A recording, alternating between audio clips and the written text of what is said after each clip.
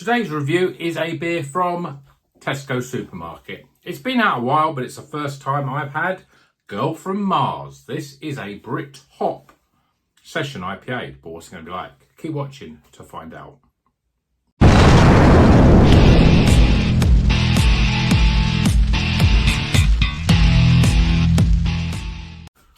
Welcome back to Rocker's Beer Review. Today we are drinking Girl from Mars. This is a Session New England IPA from Buxton Brewery. It's available in Tesco. It's been available for a while, but it's actually the first time I've managed to get it. It's been sitting in my fridge. I thought, no, tonight's the night I'm going to drink this one. So obviously, Girl from Mars, and it says it's a Brithop Brewery. I think, well, Brithop collaboration, what does it say? No, it's Brithop Brewing Company Limited. So it's in collaboration with them from Buxton. And any of you who know your Britpop will know that Girl from Mars was a song by Ash back in the 90s. I think they're from Northern Ireland. They're from Northern Ireland. I'm not sure if they're from Belfast. Or are they from Southern Ireland? They're from Ireland, either North or South. I'm sure they're from Northern Ireland, but I always get them mixed up with Therapy. So, an Irish band, Girl from Mars, Session New England IPA. ABV on this beer, I didn't even check that. 4.8%, and it is using UK hop Harlequin. Now, I'm sure we've had Harlequin before. I think even from Buxton as well. So let's crack it open and get it in the glass. Obviously, by the time you've seen this, you've seen probably the news that Buxton are having financial struggles. So let's see if we can support them, see if they get out there. I mean, they make lots of beer and they're very visual, I suppose, in the supermarkets. Axe Edge, I mean, Kingslayer's always like people say it's a great double IPA. I had it a long while ago. I thought it was okay. And they've done a few of their different beers with different experimental hops, the sort of the ones with Sylvian Wolf and all those sort of ones, and Dragon and Harlequin and Okora, all these UK hops. They're from I'm going to put my glass. I'm going to put this beer down. I should really explain all this and do all this research before I open the can. But yeah, it's from a farm called Charles Farram Hop Development Program. Say, maybe my glasses are. Yeah, it says Charles Farram or Taram.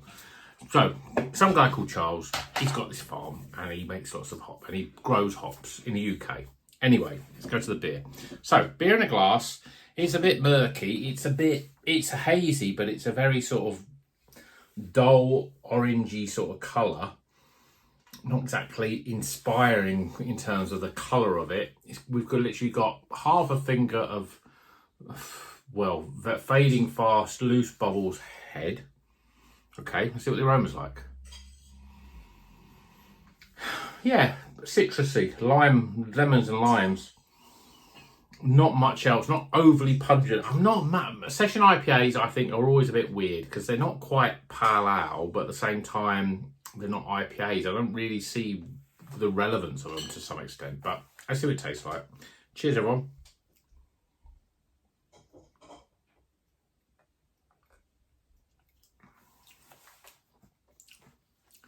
It's got a soft, light body, lightness of citrus fruits.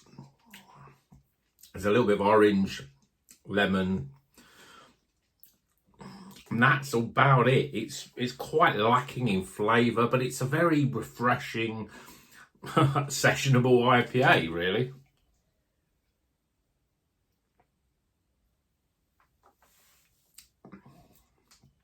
It's just fruity. There's no artificial twang, which sometimes you get with these sort of beers at this low ABV. It's just one of those beers. It's almost like, it's so light, but it's got a soft body. It's almost like an India Pale Lager, really. And the flavours are there. There's a little bit of zippy carbonation, but it's got this you get the bit of the malt profile there, like you would with a lager, but then you get this this sweetness of sort of lemons and limes. It is a little shandy-esque, like a little bit lemonade-y, bit like lime cordial in your beer. But it's pleasant enough. But there are so many better supermarket beers than this. I can't even remember what I paid for it. I don't think it was, I mean, probably about £3, I think. It wasn't on a special, even though I know it's been around for a long time. But it's a pretty good beer for the summer, really.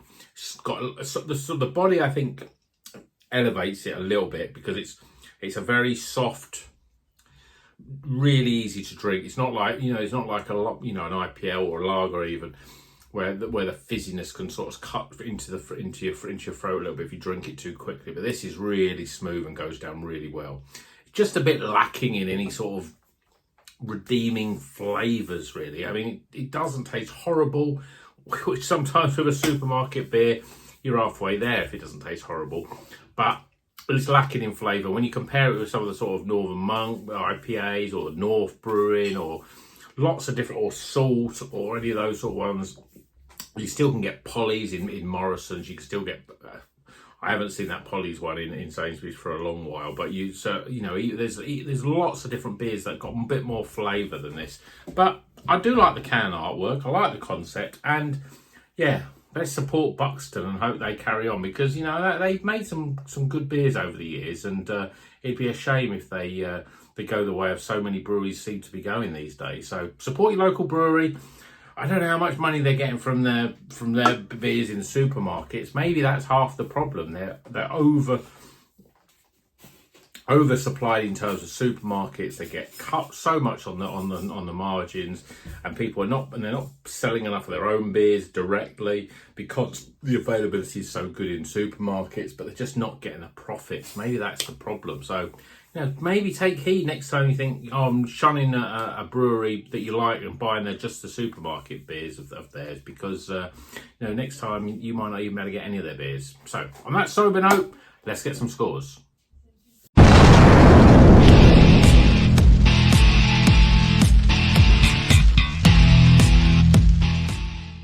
Okay, the scores are in for Girl from Mars, not from Ash, but from Buxton and Brithop Brewing Company Limited. 4.8%, Session New England IPA. It's all right. Okay, scores. Aroma. Appearance. Flavour.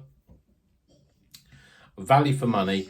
Again, I think it's about £3, and I think, like most of the supermarkets, there's probably a 4 for free sort of thing. I'm sure Tesco do 4 for free as well. So it's not bad price.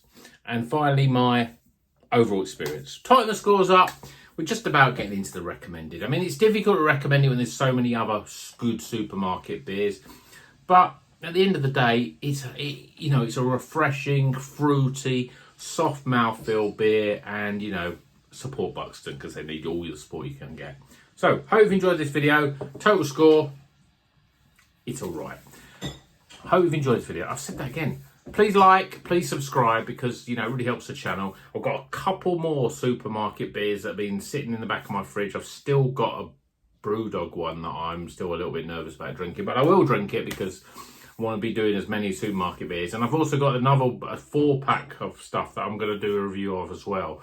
So I don't know much else new coming in the supermarket. So after this lot, hopefully we'll be back to the normal sort of beers, and I'll be going from paying £2.25 for a can of beer to nearly £6. But you pay your money, take your choice. See you in the next one, folks, and don't forget, even keep on rocking.